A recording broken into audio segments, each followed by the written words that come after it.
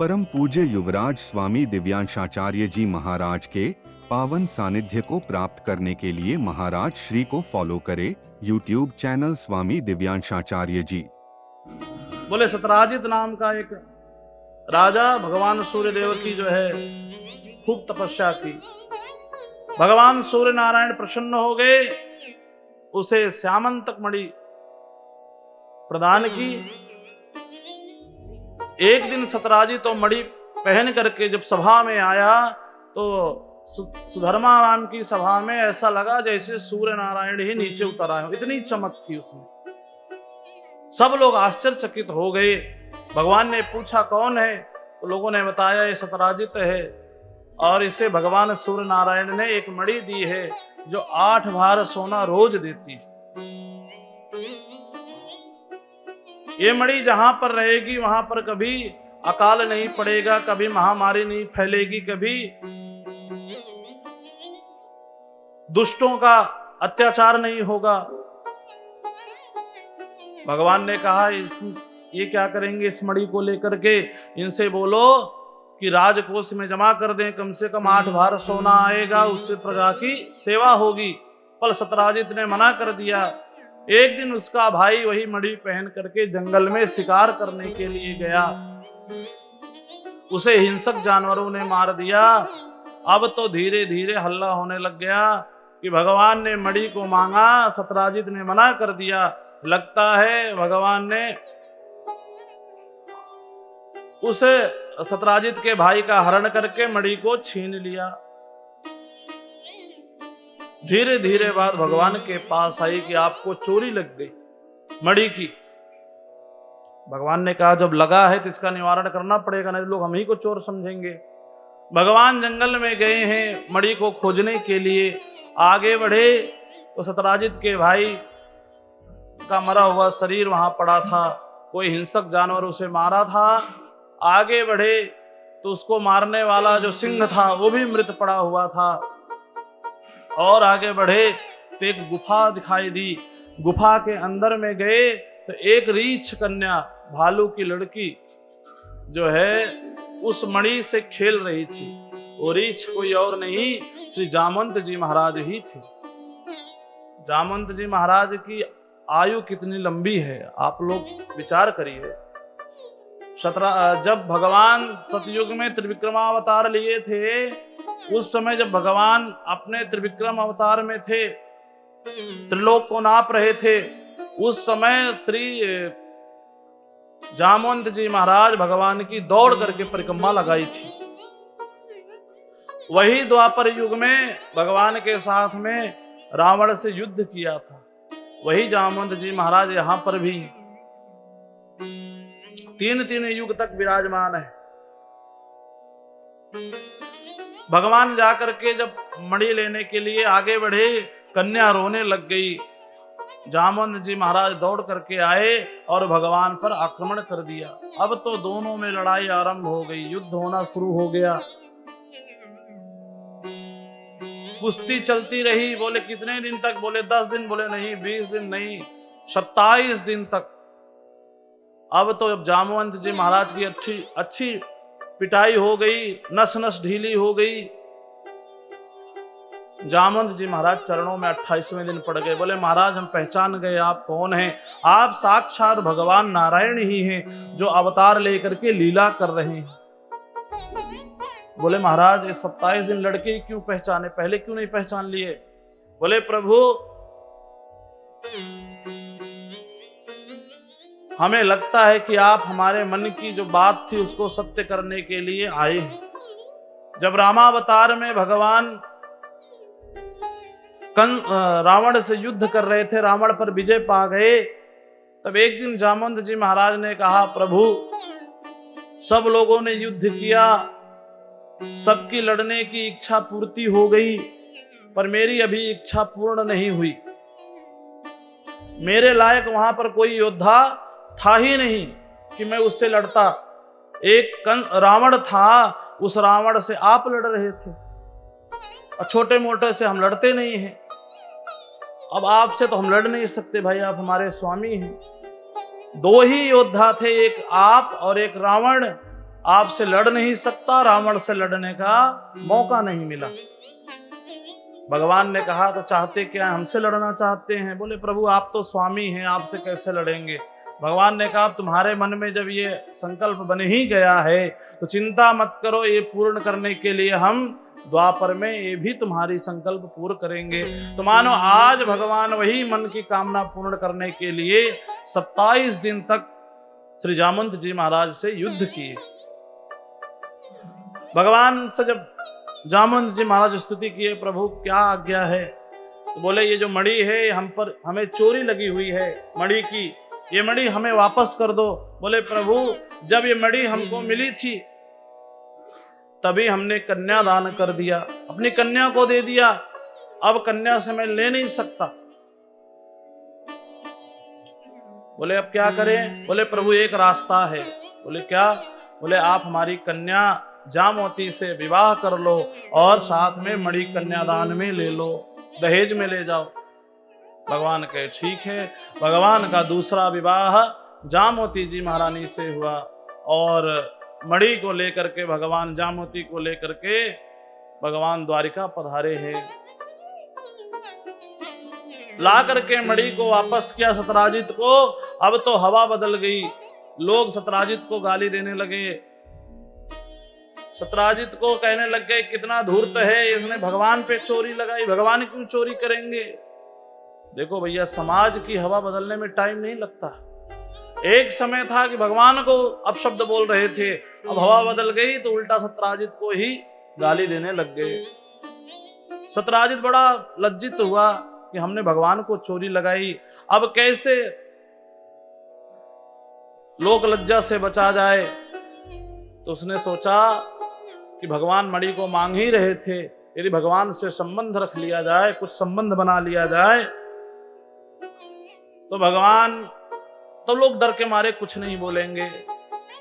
सतराजित जा करके भगवान से प्रार्थना किया, प्रभु हमसे बहुत बड़ी गलती हो गई, आप एक काम करिए, हमारी कन्या विवाह योग्य हो गई है सत्यभामा, उससे आप विवाह कर लीजिए और ये मणि दहेज में ले जाइए। भगवान ने कहा कोई बात नहीं है। भगवान का तीसरा विवाह सत्यभामा जी के साथ में धूमधाम से हुआ। बोल से द्वारिकाधीश भगवान की। गिनते जाइएगा कितना विवाह हो गया, आगे भी लिस्ट चल रही है। भगवान एक दिन अर्जुन जी के साथ हस्तिनापुर गए हुए थे। इंद्रप्रस्थ घूमते हुए भगवान आगे बढ़ रहे थे, यमुना जी के किनारे टहल रहे थे। उन्होंने देखा एक देवी बड़ी तपस्या में लीन है। कौन देवी हैं? भगवान ने अर्जुन से कहा जाकर के पूछ करके आओ कौन है, क्या चाहती हैं। अर्जुन जी महाराज गए, देवी आप कौन है, किसके लिए इतनी जो है तपस्या कर रही हैं?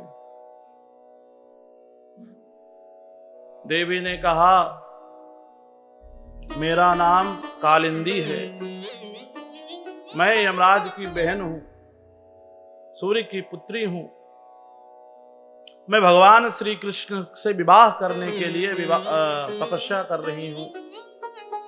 अर्जुन आकर के कहे भैया लगता है तेरा चंद्र बड़ा बलवान है, लोग एक विवाह के लिए तरसते हैं, दो विवाह के लिए तरसते हैं, तेरी तो जिधर तू जाए उधर ही विवाह तैयार है, कन्या तैयार है विवाह करने के लिए। ये देवी भी तेरे लिए ही तपस्या कर रही हैं। भगवान ने कालिंदी महारानी का भी अभिष्ट पूरा करने के लिए विवाह कर लिया। बोले द्वारिकाधीश भगवान की जय। कितने विवाह हो गए? अब उसके बाद पांचवा विवाह भगवान का मृदविंदा के साथ में हुआ। उज्जैन के राजा वृंद और अरविंद, उनकी ये कन्या, भगवान ने उनका भी स्वयंवर था। उन्होंने कहलवाया कि प्रभु हम अपने इन भाइयों के विवाह से प्रसन्न नहीं हैं, आप जैसे रुक्मिणी का हरण किया वैसे हमारा भी हरण कर लीजिए और हमारे साथ विवाह कर लीजिए। भगवान ने उनकी भी जो है मनोकामना पूर्ण करने के लिए भगवान विवाह किए हैं। भगवान का छठा विवाह नग्नजित राजा की कन्या, ये अयोध्या के थे, जिनका नाम नग्नजिती था, सत्या भी लोग बोलते हैं। इन्होंने भगवान, इनका जब स्वयंवर हुआ तो इनके पिता ने कहा, एक 7 बैल हैं, इन 7 बैलों को जो एक साथ में नाचेगा, अपने बस में कर लेगा, उसके साथ में हम इनका विवाह कर देंगे। अब तो कोई इनके सामने, उन बैलों के सामने ना जा पाए। आज भी दक्षिण में ये परंपरा है, जिस दिन मकर संक्रांति होती है उस दिन एक खेल होता जिसे जलीकट्टू कहते हैं। इस पर बड़ी राजनीति भी हुई थी इस खेल पर। ये पारंपरिक खेल है जलीकट्टू। इसमें क्या करते हैं कि कम से कम 2 महीना पहले से उस बैल को खूब खिलाएंगे पिलाएंगे, यहाँ तक कि काजू बादाम जितने भी पौष्टिक आहार होते हैं दूध पिलाएंगे, और फिर उसे मदिरा पान करवाएंगे, एकदम मदमस्त कर देंगे उस बैल को। उसकी जो सींग होगी उस सींग को इतनी पैनी कर देंगे कि जैसे चाकू की नोक, और बाद में उसे ला करके जहां पर वो मैदान होगा वहां पर उसे खड़ा करके और उसके आंखों में हल्का मिर्चा डाल करके छोड़ देंगे, लाल मिर्ची का पाउडर डाल करके। अब वो भड़क करके एक दूसरे पर वार करता है। उस समय जो पुरुष उस बैल को अपने बस में कर लेता था या कर लेता है, तो आज भी उसका विवाह वहां की कन्याओं के साथ कराया जाता है। उसी तरह से यहां भी नग्नजिती के लिए भी स्वयंवर में रखा गया था। भगवान वहां पर गए हैं और 7 बैलों को एक साथ में 7 रूप बनाया, किसी को पता नहीं है, भगवान तो परमात्मा है, और बैलों के अपने बस में किया है और भगवान का सुंदर विवाह हुआ है। 7वां विवाह भगवान का सुतकीर्ति महारानी से हुआ है। 8वां विवाह श्री लक्ष्मणा महारानी से हुआ, और इस तरह से 8 पटरानियां भगवान की। कौन कौन? तो बोले पहली कौन? बोले रुक्मिणी। दूसरी, अरे बोलते जाओ, आप लोग सुन लिए हैं। दूसरी कौन है? जामवती। तीसरी बोले सत्यभामा। चौथी कालिंदी। 5वीं मृतबिंदा। 6वीं नग्नजिती। 7वीं सुतकीर्ति। 8वीं बोले लक्ष्मणा। अरे कम से कम 16,100 का नाम नहीं पता हो, पर 8 का तो पता रख लो, रट लो। अब 8 विवाह भगवान के। ये 8 पटरानियां कौन है? तो बोले अष्टधा प्रकृति, जो 8 प्रकृति हैं वही आज भगवान की पटरानी बन करके भगवान की सेवा करने के लिए प्रकट हुई है। बोले द्वारिकाधीश की जय। आगे चल करके भगवान को मालूम चला कि भौमासुर नामक एक राक्षस जो राजाओं पर विजय प्राप्त करता तो उनके घर की कन्याओं का हरण कर लेता, उन्हें ला करके बंदी गृह में रख लेता। माता अदिति का कुंडल, स्वर्ग के इंद्र का छत्र, ये सब हरण कर लाया है, और उसका अत्याचार बढ़ता जा रहा। उसने नियम किया था जब ये 20,000 हो जाएंगी तब मैं विवाह इनके साथ में करूंगा। 1,20,000 जब हो जाएंगी तो मैं इनके साथ विवाह करूंगा।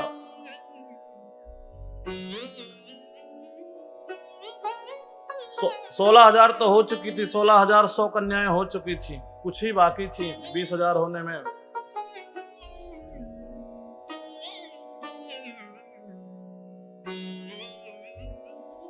और भगवान